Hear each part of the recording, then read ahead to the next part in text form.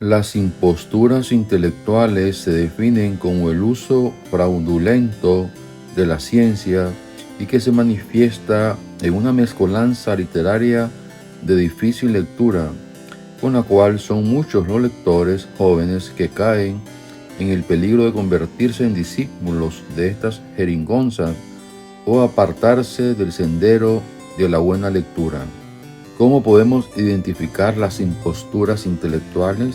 Quédate al final de este video para explicarte cuáles son las características de estas imposturas intelectuales y que afectan tu capacidad de desarrollar tu hábito lector. Los impostores intelectuales presentan diferentes características y se dan en todos los terrenos de la ciencia, pero en especial en el campo de las ciencias sociales. La principal manifestación de estas imposturas son autores que escriben prolijamente de teoría científica de las que, en el mejor de los casos, sus autores solo tienen una idea muy vaga. La táctica más común es emplear una terminología pseudocientífica altisonante sin preocuparse demasiado de su significado. Otros autores incorporan a las ciencias humanas o sociales nociones propias de las ciencias naturales, sin ningún tipo de justificación empírica o conceptual de dicho proceder. Estos autores tratan de exhibir una erudición superficial, lanzando, sin el menor sonrojo, una avalancha de términos técnicos en un contexto en el que resultan absolutamente incongruentes. Otra característica es usar frases sin sentido. Se trata de una verdadera intoxicación verbal, combinada con una soberana indiferencia por el significado de las palabras.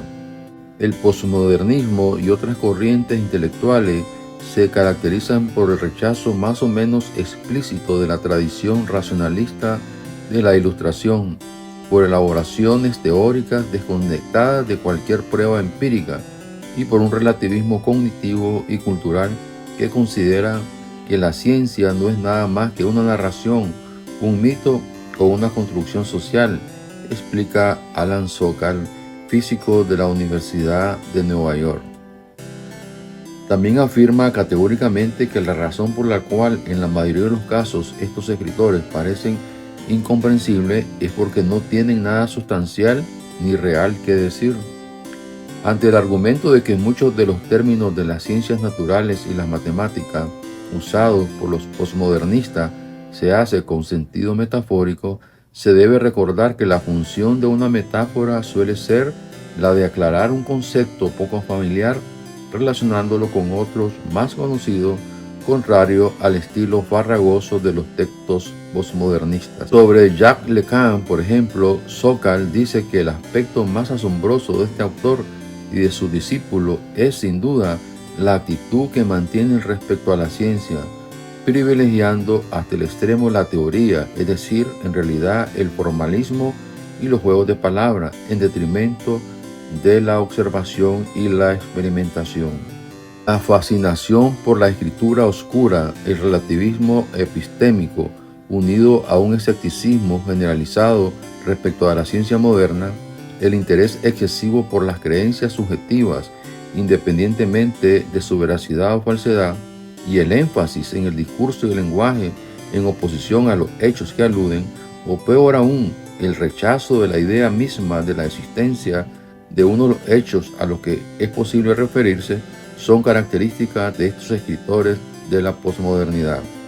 Los autores del libro Imposturas intelectuales, encabezado por el profesor Solga, reconocen que muchas ideas posmodernas, expresadas con moderación, aportan una corrección necesaria a un modernismo ingenuo, creencia de un progreso indefinido y continuado, cientifismo, eurocentrismo cultural, etc. Pero se abusa exageradamente de esta técnica.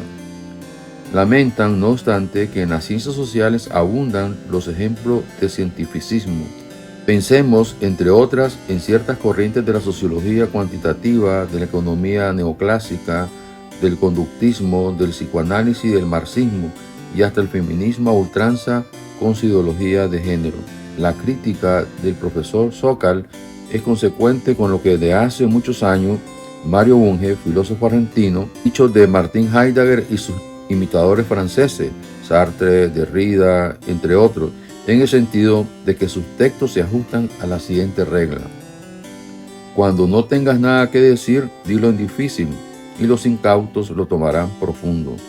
Bunge también ha declarado una guerra sin tregua a las corrientes del pensamiento psicoanalítico o freudiano tan populares en Argentina. Con razón, el filósofo Edgar Morin, en los 7 saberes necesarios para la educación del futuro, nos ha advertido de que el conocimiento es una aventura incierta que conlleva en sí mismo y permanentemente el riesgo de ilusión y de error, al destacar que el saber es como navegar en un océano de incertidumbres a través de archipiélagos de certezas, especialmente en un mundo donde abundan las imposturas intelectuales, imposturas vinculadas también a la filotiranía, es decir, aquellos intelectuales que apoyan gobiernos dictatoriales de derecha o izquierda.